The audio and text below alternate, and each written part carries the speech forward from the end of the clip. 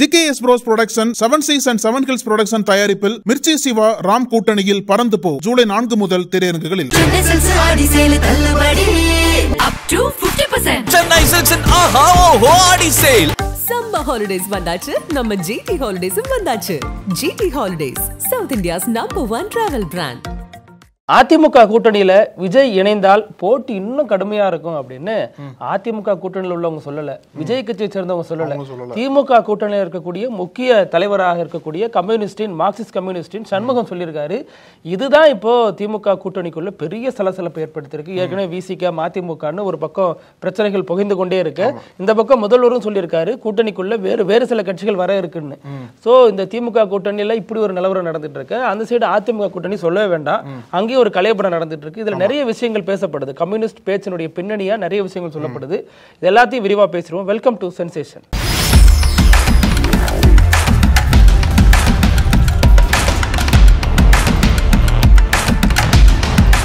வணக்கம் பிருத்திவி. வணக்கம் அழகு. நீங்க சொன்னது போல சண்முகம் தான் மீண்டும் வந்து ஒரு புதிய ஒரு திரிய கொளுத்தி போட்டிருக்காருன்னு தான் சொல்லணும். ஏற்கனவே அவருக்கும் திமுகவுக்கும் ஒரு மோதல் போயிட்டு இருக்கு இல்லையா? மோதல் அப்படின்னா அந்த கூட்டணி மோதல், கொள்கை ரீதியான மோதல் இல்லைன்னு சொன்னாலும் நிர்வாக ரீதியான மோதல்கள், அந்த கூட்டணி ரீதியான மோதல் தான். ஏற்கனவே வந்து போன தேர்தலே கம்மியா சீட் கொடுத்தீங்க எங்களுக்கு, இந்த வாட்டி வரக்கூடிய தேர்தல் நிச்சயமா வந்து இரட்டை இலக்கங்களை சீட் வேணும்னு சொல்லிட்டு ஒரு உறுதியா நிக்கிறாரு. அதை தொடர்ந்து தான் இப்போ என்ன ஒரு கணிப்பு வச்சிருக்காரு அப்படின்னா, அதாவது அதிமுக பாஜக கூட்டணியில பாமக சேர்ந்தாலும் சவால் இருக்காது, ஒருவேளை விஜய் அங்க போய் சேர்ந்தார் அப்படின்னா திமுகவோட கூட்டணிக்கு பெரிய சவாலா மாறும்னு சொல்லிட்டு இவரு கணிக்கிறார். திமுக கூட்டணி கட்சி தலைவரே வந்து ஒரு எச்சரிக்கையான ஒரு கணிப்பை எடுத்து வைக்கிறார். இந்த மாதிரி விஜய் சேர்ந்தார் அப்படின்னா நம்மளுக்கு ஒரு பெரிய பாதிப்பா வரும் அப்படின்ற மாதிரி ஒரு கணிப்பு சொல்றாரு. அதுக்கு என்ன காரணம் சொல்றாரு அப்படின்னா, திமுக காரங்களே வந்து விஜய் அந்த அளவுக்கு பெரிய அச்சுறுத்தலை எடுத்துக்கல. இது வரைக்கும் மறைமுகமா விஜய் வந்து தாக்கிட்டு வராங்க இல்லையா? அந்த மாதிரி டைம்ல வந்து அதிமுக காரங்களே வந்து இதுக்கு பெருசா ரியாக்ஷன் எதுவும் பண்ணல. அந்த மாதிரி சமயத்துல ஒரு திமுக கூட்டணி தலைவர் வந்து எதற்காக இப்படி கணிப்பு வைக்கிறாருன்னு பார்க்கும்போது பெரிய ஒரு விவாதம் எழுந்திருக்கு.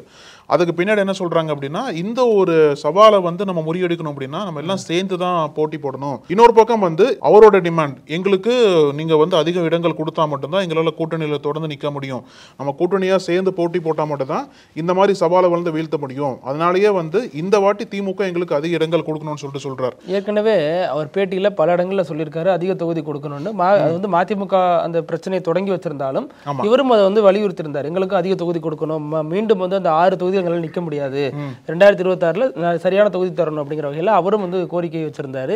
அது மட்டும் இல்லாமல் திமுகவை மிக கடுமையாக விமர்சிக்க ஆரம்பிச்சார்.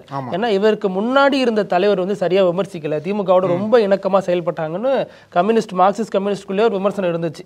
ஸோ அதன் போக்கும் வகையில தான் இவர் வந்து திமுகவை விமர்சிச்சாரு. எந்த அளவுக்கு விமர்சனம் பண்ணாருன்னா, அமித்ஷா மாதிரியே விமர்சிக்கிறாருன்னு சொல்ற அளவுக்கு இந்த விமர்சனம் வந்துடுச்சு. என்னன்னா இந்த தேர்தல் வாக்குறுதிகளை திமுக இன்னும் நிறைவேற்றல, முக்கியமான வாக்குறுதிகளை நிறைவேற்றி தரணும்னு பொதுவெளியில வைக்கிறதன் மூலமா அமித்ஷா போன முறை வந்திருந்த பொழுது அதே வாக்குறுதி தான் வச்சிருந்தார், அதே பிரச்சனை தான் அவர் கிளப்பிட்டு போயிருந்தார். சோ இவர் அது பண்றாருங்கிறப்ப இவ்வளவு கடுமையா திமுக விமர்சிக்கிறாரு அப்படின்னு சொல்லப்பட்டுச்சு. அது இல்லாம அது நிர்வாக ரீதியான விமர்சனங்கள், அது வந்து சீட்டு தரணும் அந்த ரீதியான விமர்சனங்கள்னு பார்க்கப்பட்டாலும் இப்ப மறுபடியும் வச்சிருக்க விமர்சனங்கள் தான் நிர்வாக ரீதியான விமர்சனங்கள். இதை கடந்து போக முடியாது, ஏன்னா இது கூட்டணி சம்பந்தப்பட்ட விமர்சனத்தை முன்வைக்கிறாரு. அதாவது திமுக தோத்துரும் அப்படிங்கறத வேறு மொழியில சொல்றாரு, விஜயோட டஃப் அப்படி இருக்கு அப்படிங்கிற வகையில இன்னைக்கு கருத்துக்கள்லாம் சொல்லப்பட்டு வருது. ஆனா விஜய்க்கு இவ்வளவு வெயிட்டேஜ் கொடுக்கணுமா அப்படின்னு தான் திமுக சேர்ந்தவர்கள் தொடர்ந்து கேட்கிறாங்க. ஏன்னா ஸ்டாலின் முதல்வர் துணை முதல்வர் பொறுத்த வரைக்கும் நேரடியா விஜய் பேரை சொல்லி எங்கேயும் விமர்சிக்கல, மறைமுகமா சொல்றாங்க, நேற்று வந்தவங்கலாம் ஆட்சி பிடிக்கணும்னு நினைக்கிறான் அப்படின்னு முதல்வர் ஒருமையில விமர்சிச்சுட்டாரு அப்படின்னு அந்த பாயிண்ட பிடிச்சிட்டு விஜய் பதிலுக்கு விமர்சனம் பண்ணார். ஆனாலும் விஜயை பொறுத்த வரைக்கும் திமுக தான் அவரது அரசியல் எதிரின்னு பிக்ஸ் பண்ணி வச்சுட்டாருங்கிறதுனால அதிமுகவோட பிஜேபி இருக்கிறதுனால இந்த கூட்டணிக்குள்ள போக மாட்டாருன்னு கணக்குகள் சொல்லப்பட்டு வருது. இந்த நேரத்தில் சண்முகம் ஏன் இப்படி ஒரு கருத்தை வைக்கணும், இவ்வளவு வலியுறுத்தி சொல்றாருன்னா திமுக வந்து இவ்வளவு கடுமையா விமர்சிக்க வேண்டிய தேவை எங்க இருந்து வந்துச்சு? ஏற்கனவே வந்து இந்த அதிமுகவோட கூட்டணி போவீங்களான்னு சொல்லிட்டு பல முறை அந்த கட்சிக்காரங்களை கேட்கப்பட்ட விஜய் கட்சிக்காரங்கள்ட்ட அப்ப இருந்தே மறுப்பு தான் சொல்லிட்டு இருக்காங்க. இப்ப மீண்டும் சண்முகம் எதுக்கு சொல்றாரு அப்படின்னா, நாங்க வந்து திமுகவோட இருக்கிறது சரிதான், எங்களுக்கு வந்து பாஜக போன்ற அந்த சக்திகள் வந்து தமிழ்நாட்டுக்குள்ள வரக்கூடாதுன்னு சொல்லிட்டு நாங்க உறுதியா இருக்கோம், அதனால திமுகவோட சேர்ந்து பயணிக்கிறோம். பட் அதனாலேயே வந்து தொடர்ந்து எல்லா விஷயத்தையும் திமுக ஆதரிக்கணுமா அப்படின்ற ஒரு அவசியம் கிடையாது இல்லையா? அவர் என்ன ஒரு பாயிண்ட் வைக்கிறாரு அப்படின்னா, திமுக வந்து ஆரம்பத்திலிருந்தே முதலாளிகளுக்கு ஆதரவாக தான் செயல்பட்டு இருக்கு. ஒரு நிறுவனத்துல தொழிற்சங்கம் அமைக்கிறதுக்கே மாநில அரசு அனுமதி தரமாட்டாங்க. அது மட்டும் இல்லாம ஒவ்வொரு சின்ன விஷயத்துக்கும் நாங்க வந்து ஹைகோர்ட் போய் சண்டை போட வேண்டியதா இருக்கு. அந்த அளவுக்கு தான் வந்து திமுக அரசு இப்போ வச்சிருக்காங்க. இப்போ இந்த லாக்அப் டச்லாம் நடந்ததுல அதையும் எடுத்து பேசுறாரு. எங்கெல்லாம் மனித உரிமைகளுக்கு கேள்வி வருதோ அங்கெல்லாம் நாங்க நிச்சயமா குரல் கொடுப்போம் அப்படின்ற மாதிரி பல குற்றச்சாட்டுகளை வைக்கிறாரு. நீங்க சொன்னது போல வாக்குறுதிகளை பெருசா நிறைவேற்றவில்லைன்னு சொல்லிட்டு தான் இவரும் மீண்டும் அந்த குற்றச்சாட்டை வைக்கிறார். இதெல்லாம் கூட்டி கணிச்சு பார்க்கும்போது ஒருவேளை இவர் சொல்றது போல விஜய் வந்து அதிமுக அலையன்ஸ் வச்சார் அப்படின்னா திமுகவுக்கு உண்மையிலே சவாலா மாறுமா அப்படின்ற விவாதம் எழுந்திருக்கு. விஜய் வந்து அதிமுகவோட வைக்க மாட்டார் அப்படின்லாம் 100% சொல்ல முடியாது. பேச்சுவார்த்தைகள் எல்லாம் போயிட்டு இருக்கிறதாக தகவல் வருது. ஆனாலும் அவர் வந்து கொள்கை எதிரின்னு சொன்ன பிஜேபியோட என்ன பாயிண்ட்டை வச்சுட்டு கூட்டணி போவாரு, அதற்கப்புறம் அவர் டைலிட்டோட அவர் தமிழக அரசியல்ல பெருசா வந்து பேசும் பொருளா இருக்க மாட்டாரு அப்படின்லாம் பேசப்பட்டு வருது. இதுல 2 விஷயம் முக்கியமா பார்க்கணும். பே சண்முகத்தை பொறுத்த வரைக்கும் இவர் வந்து இந்த சாம்சங் விவகாரம் சொன்னீங்க இல்லையா, அதற்கு தான் வந்து தொழிற்சங்க ரீதியா பெரிய அளவுல மார்க்சிஸ்ட் போராட்டத்தில் ஈடுபட்டாங்க. அதுல கடுமையா திமுக விமர்சிச்சாங்க. சவுந்தரராஜன் போன்ற தலைவர்கள்லாம் மிக மோசமா திமுகவை அதன் தலைவராக இருக்கக்கூடிய முதல்வரையும் மிக மோசமான வகையில விமர்சிச்சாங்க. கடுமையான விமர்சனங்கள் முன் வச்சாங்க. திமுகவும் அதற்கு பதில் கொடுத்தாங்க. ஆனாலும் அந்த பிரச்சனை ஒரு வழியா இப்ப சார்ட் அவுட் ஆயிடுச்சுன்னு பார்க்க முடியுது. இது வந்து தொழிற்சங்கம் அமைச்சாங்க, அமைக்கல, உள்ளிருப்பு போராட்டம்லாம் நடந்துச்சு, இதெல்லாம் ஒரு பக்கம் கடந்து வந்துட்டோம். அடுத்ததா மீண்டும் வந்து திமுக விமர்சிக்கணும் அப்படிங்கிற வேகம் எந்த அளவுக்கு அவருக்கு இருக்கு அப்படின்னா, சமீபத்தில் இந்த அஜித்குமார் மரணம் இருக்கு இல்லையா, அதுல வந்து மாரடைப்பின் காரணமாக அவர் உயிரிழந்துட்டாரு அப்படின்னு முதல்வர் சொன்னதாக ஒரு ஃபேக் டெம்ப்ளேட் ஒன்று பரவணுச்சு. அதை நம்பி கூட விமர்சிச்சார் அவர் திமுகவை. அது வந்து சொல்றது சரியான அணுகுமுறை கிடையாது, அது ஏற்க முடியாது அப்படின்னு. இன்ஃபேக்ட் அது உண்மையா பொய்யான்னு செக் பண்ணி இருக்கலாம். ஒரு பெரிய தலைவர் சொல்லும் பொழுது அதனுடைய அடிப்படை தன்மையை பரிசோதிக்கும். அது எதுவும் பண்ணாம சொல்லிட்டாருங்கிற பட்சத்துல திமுக விமர்சிக்க தயாரா இருக்காரு, எந்த வடிவத்துல வந்தாலும் அதை விமர்சிக்க அவர் ரெடியா இருக்காரு அப்படிங்கறத அதை புரிந்து கொள்ளப்படுறதா தகவல்கள் சொல்லப்பட்டுச்சு. சோ இது மாதிரி வந்து அவர் விமர்சிக்க கூறதுக்கு மிக முக்கியமான காரணம் எலெக்ஷன் நெருங்கிடுச்சு. இன்னும் ஒரு 10-11 மாசத்துல எலெக்ஷன் வந்துடும். சோ அதனால தங்களை வந்து ரொம்ப வலிமை இல்லாதவங்க நினைச்சிடக்கூடாது. திமுக தங்களது வலிமையை உணர்த்தணும் களத்துல, அதுவும் இல்லாம தொண்டர்களை ஒருங்கிணைக்கணும். மார்க்சிஸ்ட் நிர்வாகிகள் ஏற்கனவே திமுக சார்பாக அவங்க இருக்கிறாங்கன்னு விமர்சனம் இருக்கு. ஸோ அதை நம்ம இல்லாத வகையில் நம்ம அணி நிர்வாகிகளையும் தொண்டர்களையும் உற்சாகப்படுத்தணும், அவங்கள ஒருமுகப்படுத்தணும். அப்படின்னா இந்த மாதிரி சில வேலைகள்லாம் பண்ணணுங்கிற வகையில் அவர் பண்றதாக சொல்லப்படுது. இருந்தாலும் அரசியல் அரங்கத்தில் அது என்னவாக பொருள்படும் ஒன்று இருக்கு இல்லையா, விஜய் அவ்வளவு ஸ்ட்ராங்கானவர்னு எதிர்கூட்டணியில் இருக்கிறவர் சொன்னா அது விஜய்க்கு எவ்வளவு வலிமையான ஒரு வாதமா போய் மாறும் அப்படிங்கிறது ஒன்று இருக்கு. அதுவும் பாமகவோட விஜய் ஸ்ட்ராங்கா இருக்காரு, பாமகவோட கூட்டணி வச்சாலாச்சும் சவால் இருக்காது, விஜய் ஒருவேளை கூட்டணியில் வந்தார் அப்படின்னா அது மிக பெரும் சவாலா மாறும் அப்படின்ற ஒரு அந்த வெயிட்டேஜ் வந்து விஜய் பின்னாடி கொடுக்கறது வந்து எந்த அளவுக்கு திமுகக்குள்ள தாக்கத்தை ஏற்படுத்தும்னு பார்க்கணும். இன்னொரு விஷயம், நீங்க சொன்னீங்க இல்லையா, அந்த மார்க்சிஸ்ட் கம்யூனிஸ்ட் கட்சி வந்து ஏற்கனவே இந்தியா முழுக்கவே அந்த அளவுக்கு பலமா இல்லை. வெஸ்ட் பெங்கால் இருந்தாங்க, இப்போ அவங்களே ஆட்சி இழந்துட்டாங்க இல்லையா, இப்போ கேரளாவில் ஆளுங்கட்சியே இருக்காங்க. அதையும் தாண்டி தமிழ்நாட்டில் தான் கொஞ்சம் பலமா இருக்கிற மாதிரி தெரியுது. இப்போ மதுரையில் சோ வெங்கடேசன் கூட மார்க்சிஸ்ட் கம்யூனிஸ்ட் சேர்ந்தவர் தான். அந்த மாதிரி கூட்டணியின் மூலமாக அந்த பலம் வருதா, தனிச்சிருன்னு வருதான்னு ஒரு அந்த கூட்டணி மூலமா வர்ற பலத்தை தான் இன்னும் வந்து பலப்படுத்திக்கணும் அப்படின்ற தேவை இருக்கிறதுனால தான் இவர் வந்து கொஞ்சம் ஸ்ட்ராங்கா அடிக்க ஆரம்பிச்சிருக்காரு. இங்க தமிழ்நாட்டில் வந்து இன்னும் கட்சியை பலப்படுத்தணும் அப்படின்னா கூட்டணி தான் ஒரே ஆப்ஷன் அவங்களுக்கு. இல்ல மார்க்சிஸ்ட பொறுத்த வரைக்கும் வெங்கடேசன் சொன்னீங்க, அவரே அங்க இருக்கக்கூடிய அமைச்சரோட பல விவகாரங்கள்ல மோதல் போக்கு தான் வச்சிருக்காரு. அந்த பட்டா விவகாரம் தொடர்பாகவும் வேறு சில விஷயங்கள் தொடர்பாகவும் அமைச்சர் மூர்த்தியை மிக கடுமையா கடந்த காலங்களில் விமர்சிச்சாரு. அதுவும் ஒரு வகையில போயிட்டு இருந்துச்சு. சோ இந்த விமர்சனம் எதற்கு வழிவகுக்கும் அப்படின்னா இன்னொரு பார்வையும் முன்வைக்கப்படுது.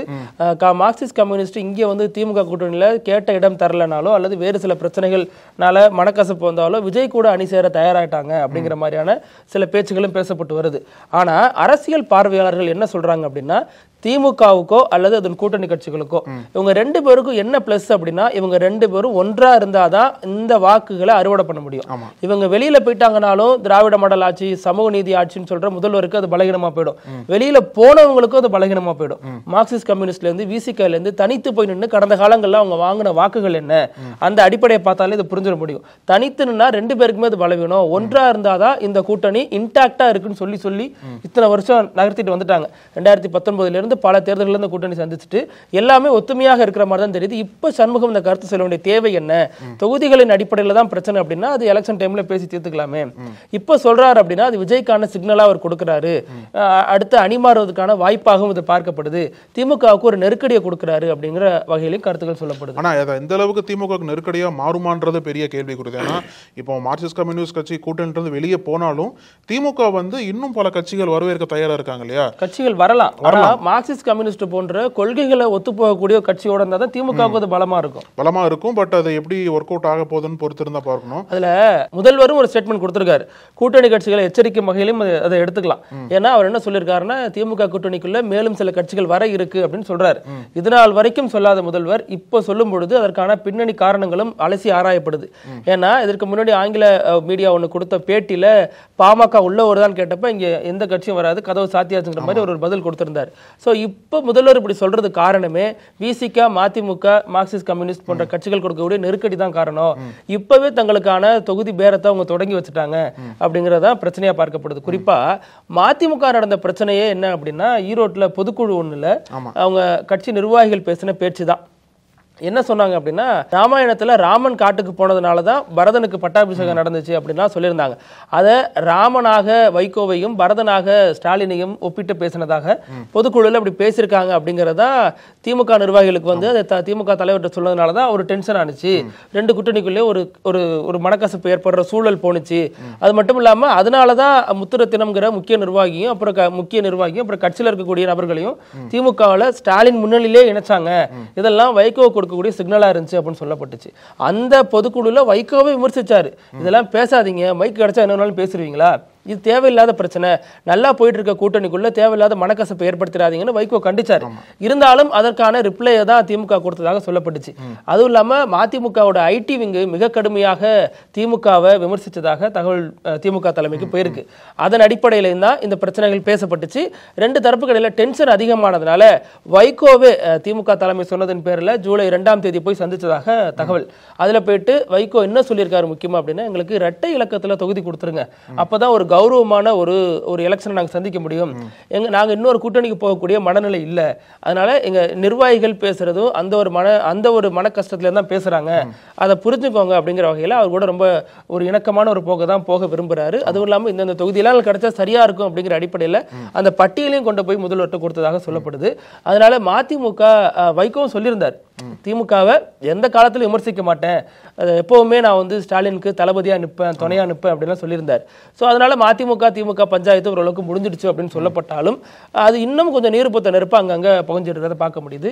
விசிகாவும் பிரச்சனைகள்ல இப்ப ஆரம்பிச்சிருக்காங்க. விசிகாவை பொறுத்த வரைக்கும் என்ன அப்படின்னா, விசிகா ஏற்கனவே திருமாவளவன் ஆட்சியில பங்கு, அதிகாரத்துல பங்கு அதெல்லாம் சொல்லிட்டு இருக்காரு. அது அப்புறமா இப்போதைக்கு இல்லைங்க, அதெல்லாம் அடுத்த எலெக்ஷனுக்காக நான் பேசுறேன், தொடர்ந்து பேசிட்டே இருப்பேன், என்னுடைய கருத்து கட்சி ஆரம்பிச்சதுல நான் அதான் பேசிட்டு இருக்கேன் அப்படின்னு சொல்லிட்டு இருந்தார்.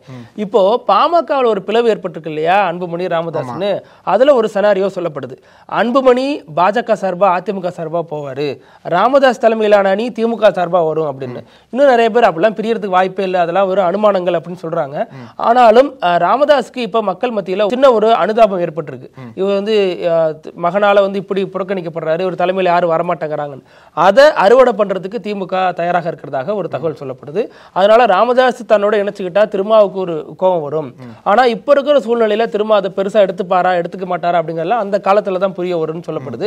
சோ இதற்கான கேள்வியை விசிகாவின் துணை பொதுச் செயலாளர் வன்னியரசிட்ட கேட்கும் பொழுது, ஒரு துளினாலும் வசந்தா, மொத்தம் நாளும் வசந்தா, பாமக பொறுத்த வரைக்கும் வசந்தா, அது இருக்கிற கூட நாங்க இருக்க மாட்டோம் அப்படின்னு தங்களது நிலைப்பாட்டை மீண்டும் உறுதிப்படுத்தியிருக்காங்க.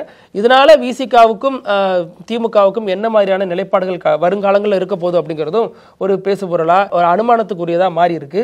இதுல விசிகா இரட்டை இலக்கத்துல தொகுதி நிற்போம் அப்படின்னு அவங்க சொல்லியிருக்காங்க. தேர்தலில் மீண்டும் நாங்க வந்து ஃபோர்ஸா இறங்குவோம், ரெட்டை தொகுதியில் நின்னாதான் எங்களுக்கு அது சரியா இருக்குன்னு சொல்லியிருக்காங்க. எல்லா கட்சியும் ரெட்டை தொகுதியில் கேட்குது, மதிமுக ரெட்டை தொகுதியில் கேட்டு தீர்மானம் எல்லாம் நிறைவேற்றிருக்காங்க. திமுகவுக்கு ஒரு நெருக்கடியா இருந்தாலும் திமுகவும் கூட்டணி கட்சிகளுக்கு நெருக்கடி கொடுக்க ஆரம்பிச்சிருக்கிறத பார்க்க முடியுது. இப்போ இன்னொரு பக்கம் இந்த சண்முகமோட கணிப்பு இருக்கு இல்லையா, ஒருவேளை விஜய் வந்து அதிமுக சேர்ந்துருவார் அப்படின்னு பார்க்கும்போது அதுக்கெல்லாம் தாவேக்காரங்க என்ன சொல்றாங்க அப்படின்னா, அதுக்கெல்லாம் வாய்ப்பே இல்லைன்ற மாதிரி இப்போ சொல்றாங்க. இன்னைக்கு வந்து கட்சியோட நிர்வாக குழு கூட்டம் நடந்திருக்கு இல்லையா, அதுல வந்து முக்கியமான முடிவுகள் எடுத்திருக்காங்க. என்ன அப்படின்னா, தாவேக்காவோட முதலமைச்சர் வேட்பாளரே விஜய் தான் அப்படின்ற ஒரு தீர்மானத்தை இன்னைக்கு போட்டிருக்காங்க. தீர்மானம் போடாட்டி அதான் உண்மை. ஆமா, அதுதான் உண்மை. பட் அந்த தீர்மானத்தை போட்டு வெளிப்படையா டிக்ளேர் பண்றாங்க, நாங்க வந்து யார்ட்டையும் கூட்டணி வைக்க மாட்டோம். ஏன்னா அதிமுக கூட்டணிக்கு போனார் அப்படின்னா இவர் தான் சிஎம் கேண்டிடேட் கூட ஏத்துக்க முடியும். அதனால வந்து இவர் தான் சிஎம் கேண்டிடேட்டா இருக்க போறாரு. அது மட்டும் இல்லாம வரக்கூடிய செப்டம்பர்ல இருந்து அவரோட சுற்றுப்பயணத்தை ஆரம்பிக்க போறாரு. செப்டம்பர்ல இருந்து டிசம்பர் வரைக்கும் விஜய் வந்து மக்களை சந்திக்க போறாருன்னு சொல்லிட்டு பல தகவல்களுக்கு பகிர்ந்துருக்காங்க இன்னைக்கு. இல்ல சுற்றுப்பயணம்னு சொன்னோன்னு ஞாபகம் வருது. இந்த சைடு எடப்பாடி பழனிசாமி இப்ப சுற்றுப்பயணம் போறாரு இல்லையா, அதற்கு விசிக திரும்பவும் வாழ்த்து சொல்லியிருக்காரு. இதையும் நம்ம இணைச்சு வச்சுதான் இதை பார்க்க வேண்டியதா இருக்கு.